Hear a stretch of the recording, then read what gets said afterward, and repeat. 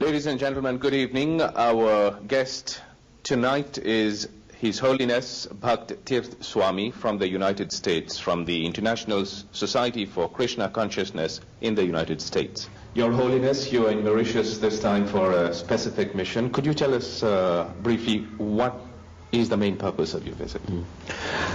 I'm completing a 35-country world tour, and this tour has particularly involved first visiting the Hare Krishna temples, and then having a chance to meet with the medical community to address health, particularly from a holistic perspective. I've had several encounters with the business communities where I've had chance to give workshops and seminars on principle-centered leadership, conflict resolution, stress management, time management, and most important, to interact with the interfaith communities. Now, my special mission here in Mauritius is that I've been invited by our devotee, Hare Krishna congregation, and also from members of Nathares, to have a chance to address issues dealing with social degradation. And so this focuses on drug abuse, on crime, violence, prostitution. So we've had interesting encounters with some of the ministers, with some the chief magistrates, and wonderful opportunities to do like this, to address the media through radio, through television, and also through newsprint. Swamiji, you've been here in Mauritius for a couple of days now. What has been your assessment of the drug situation in Mauritius, rather? Well, it's somewhat becoming a phenomenon all around the world. If we look close, we'll see that the illicit and pharmaceutical drug business is the #1 business in the world. There's no enterprise that makes more money. Second largest business is defense.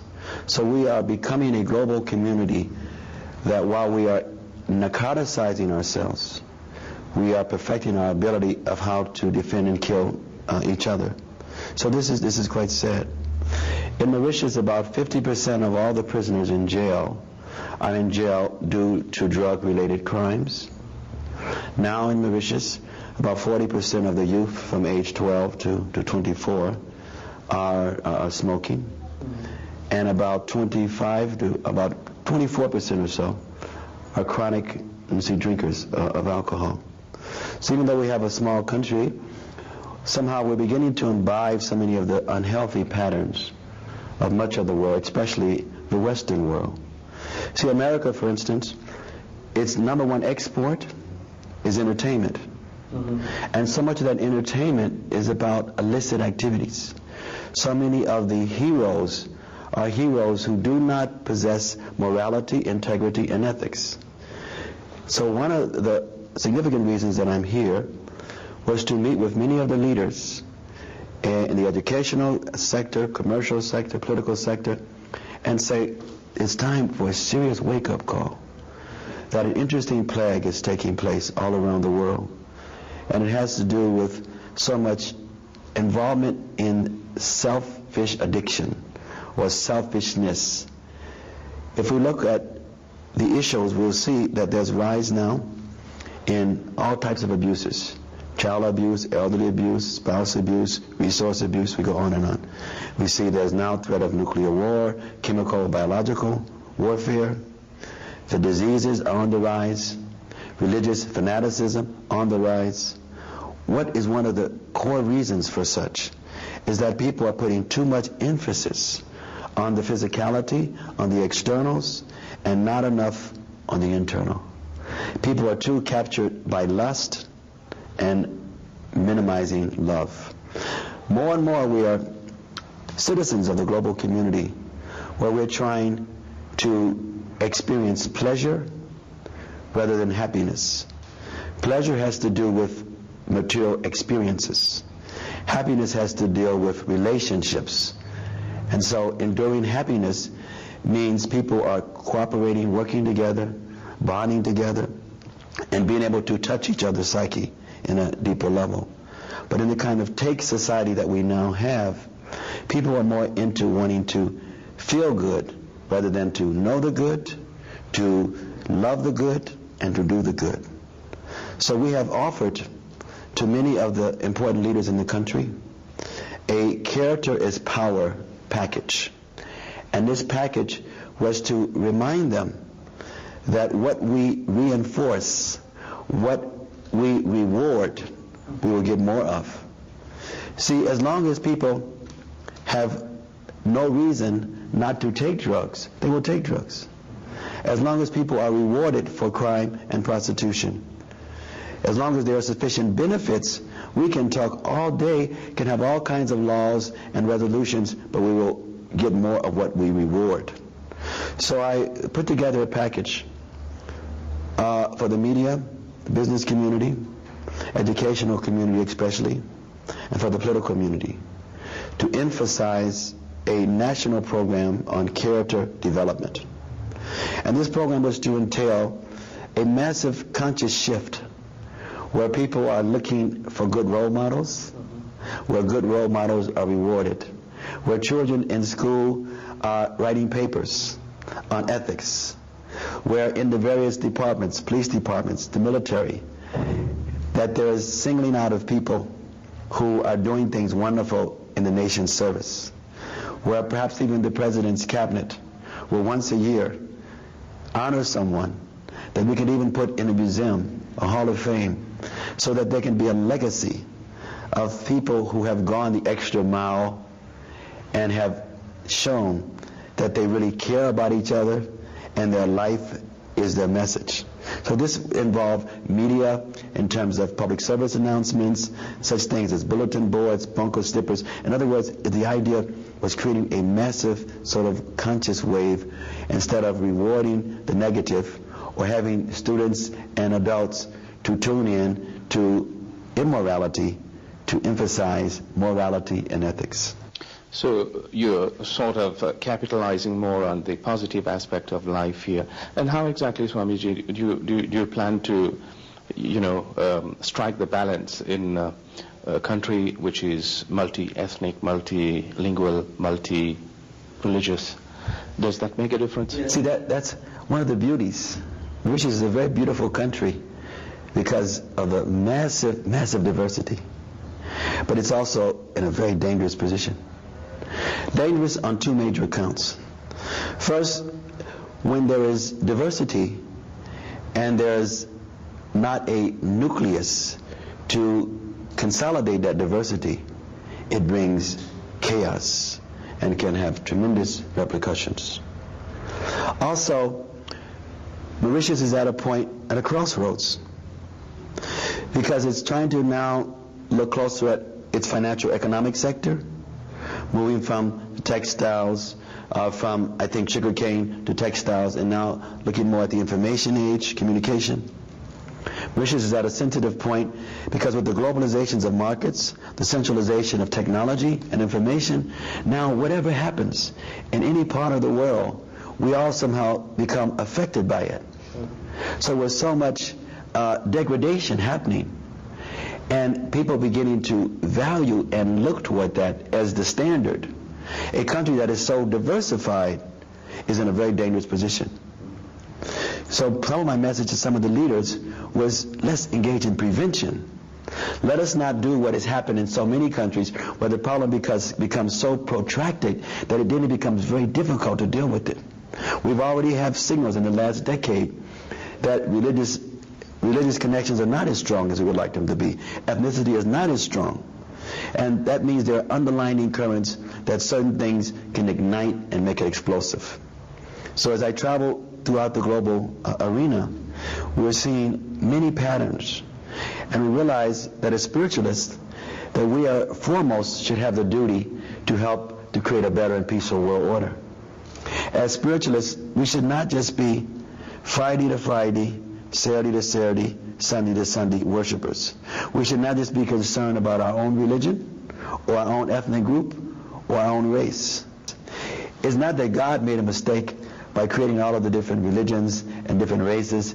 That is part of his magnanimity and part of the beauty, that God has such wonderful creativity and he has created such diversity so that there can be harmony.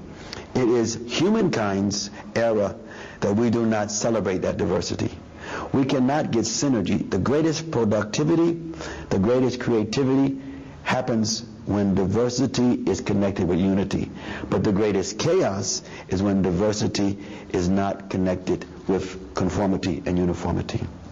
Swamiji, as we can see, you have written lots of books, and one of your latest publication, I believe, is Leadership in the Age of Higher Consciousness. And what are you, in fact, proposing to the world?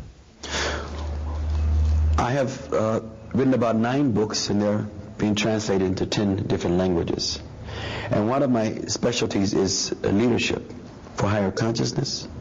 Because in my work, I'm acting as a consultant to celebrities, to diplomats, and I've been asked to consult for several presidents.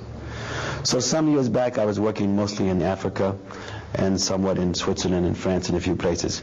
But some of the heads of states personally asked if I would act as a consultant.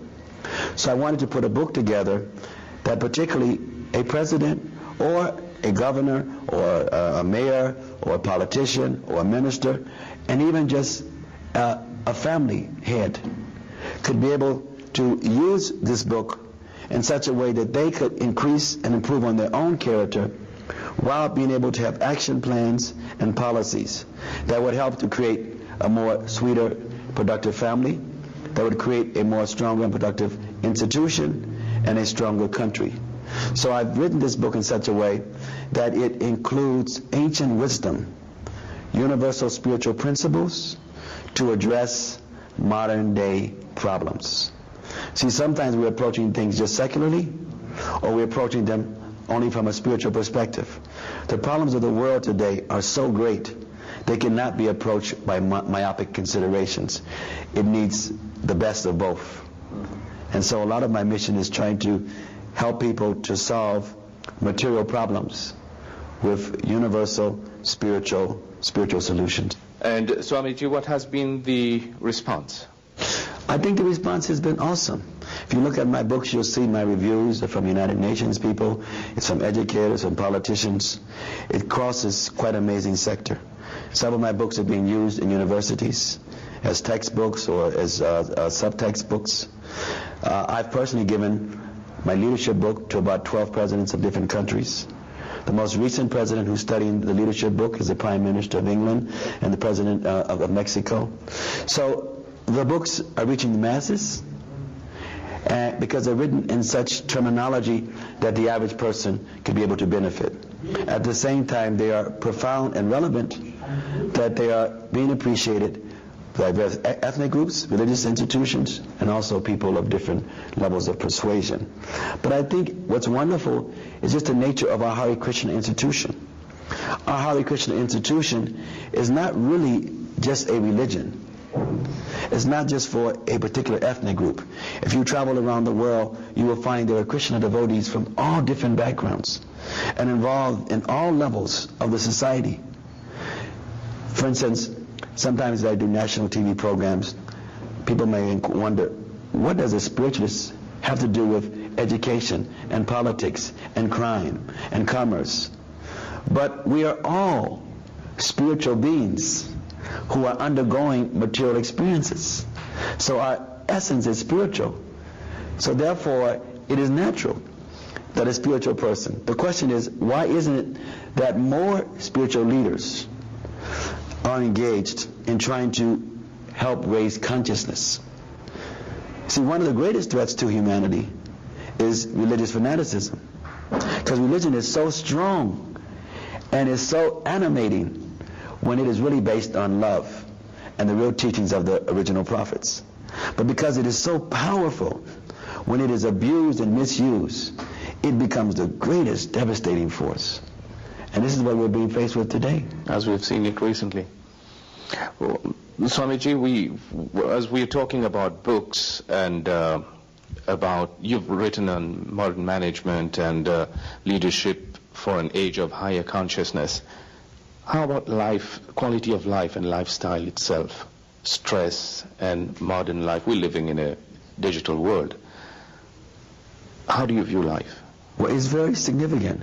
For instance, some of the medical doctors are recognizing that 80% of every disease is connected with stress. Stress produces disease, stress amplifies disease, and stress weakens the immune system. Now, believe it or not, so important is love. When we do not feel loved, we are 10 times more susceptible to chronic disease, 6 times more susceptible to any type of disease, and 5 times more susceptible to premature death. When someone does not feel loved, does not feel cared for, does not feel valued, it's like the mind, the hypothalamus, through neurotransmitters, that is through the systems through the body, the mind sends messages. And so when the mind is disturbed, it's like attacking various organs. So much of sickness that we're beginning to experience has to do with what is going on in people's minds. People's minds are becoming more and more disorientated, more and more affixed toward the physicality, and less internal nourishment. So when we are talking again about spiritual phenomena, it touches upon every level, upon health and upon commerce. In commerce and business, now the competition is so intense. People have to, institutions, corporations have to make things better and faster and cheaper. But how do they do that? They cannot do it unless they can create greater teamship, unless they can empower their employers. How do they do that? They have to care more and deal more with relationship and consciousness. You know, everything comes to consciousness. A certain kind of conscious individual is a criminal. A certain type of conscious entity is a wife batterer. A certain type of conscious person is a manipulator, an embezzler. So when we address consciousness, we change the person. We must be careful about what we think, because what we think turns into what we speak. We must be careful about what we speak, because what we speak turns into how we act. As we watch how we act, it produces habits. We must be careful about our habits, because it becomes our character. And then our character becomes our culture. And what we're gradually getting is a low trust culture, and a take culture, and a culture where we are minimizing the sweet human quality that is common to all of us. Your Holiness, then what is your message to the world? Our message is at this critical time in world history, we should remind ourselves, and this is a particular message to the Mauritian populace as well, that ultimately we are honoring the one God, and through many different religions, practices, and that one God is concerned about the quality of our devotion. Also, we are one race, although we are manifested in many, many varieties. That is the human race. 3, although we have many languages, there's one ultimate language, the language of the heart. And as we focus more on these common things, we can make deeper heart connections where we can all live and enjoy life on a higher level. But we cannot do that without a genuine spiritual reference. Otherwise, we will deal with just relativity, and one person's truth, one person's honor, code of conduct is totally different, and then you have anarchy. So we can be a human family when we're able to sort of regain the natural and inherent divinity that is being covered over now by drugs, by alcohol, by commodities. We don't want to be people who have put a priority on commodities where we have minimized community. It is through community that we can feel our greatest sense of being. And it is through fragmentation that is coming from a lot of the Western materialistic framework that's causing people to try to be more individuals. And then what happens? The World Health Organization put out a report a few years ago that looking at the global community, that in a few years, maybe 10 to 12 years, one of the greatest issues facing the world is going to be mental illness. It will be a greater problem than cancer and heart disease. And the main reason is because of depression. And depression is there because people are still addressing too much the external, and they even sometimes having more, but feeling less. We are people who often know the price of everything and the value of very little. We don't want to be people who just want to be honored, or we want to be honorable. We don't want to be entities who have a failure and see ourselves as a failure. We want to learn from failure, recognize we made mistakes, but that we are not failures, and we use the mistake for growth. Your Holiness, any special message for Mauritians? Mauritians have a chance to be one of the #1 countries in the world, or to be a country that will fragment like we've seen with many third world countries due to the small infrastructure. It's at a crossroads now.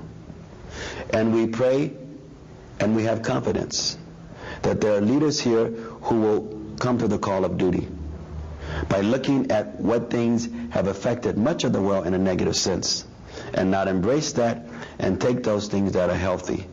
And one way that's can happen if the religious leaders connect more. This is what is lacking in Mauritius right now. Religions are going on, ethnic groups are going on, but there's, for instance, no solid interfaith council. There should be a solid interfaith council where religious leaders are proactive. They're already making so many arrangements and plans to guarantee an ongoing, smooth running society so that it arrests the kind of wave that's gradually beginning to sweep.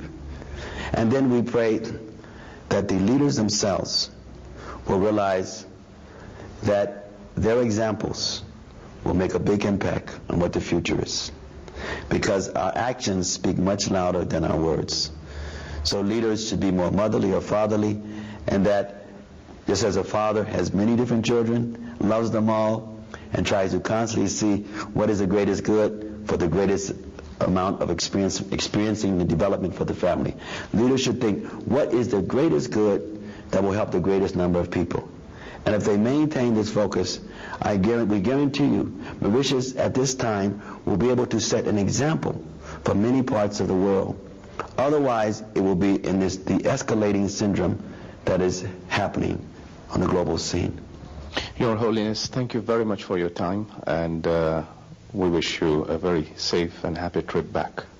We were most happy to be here. We have special love for such a diversified country, and we pray that the country will prosper like anything in the future. Hare Krishna.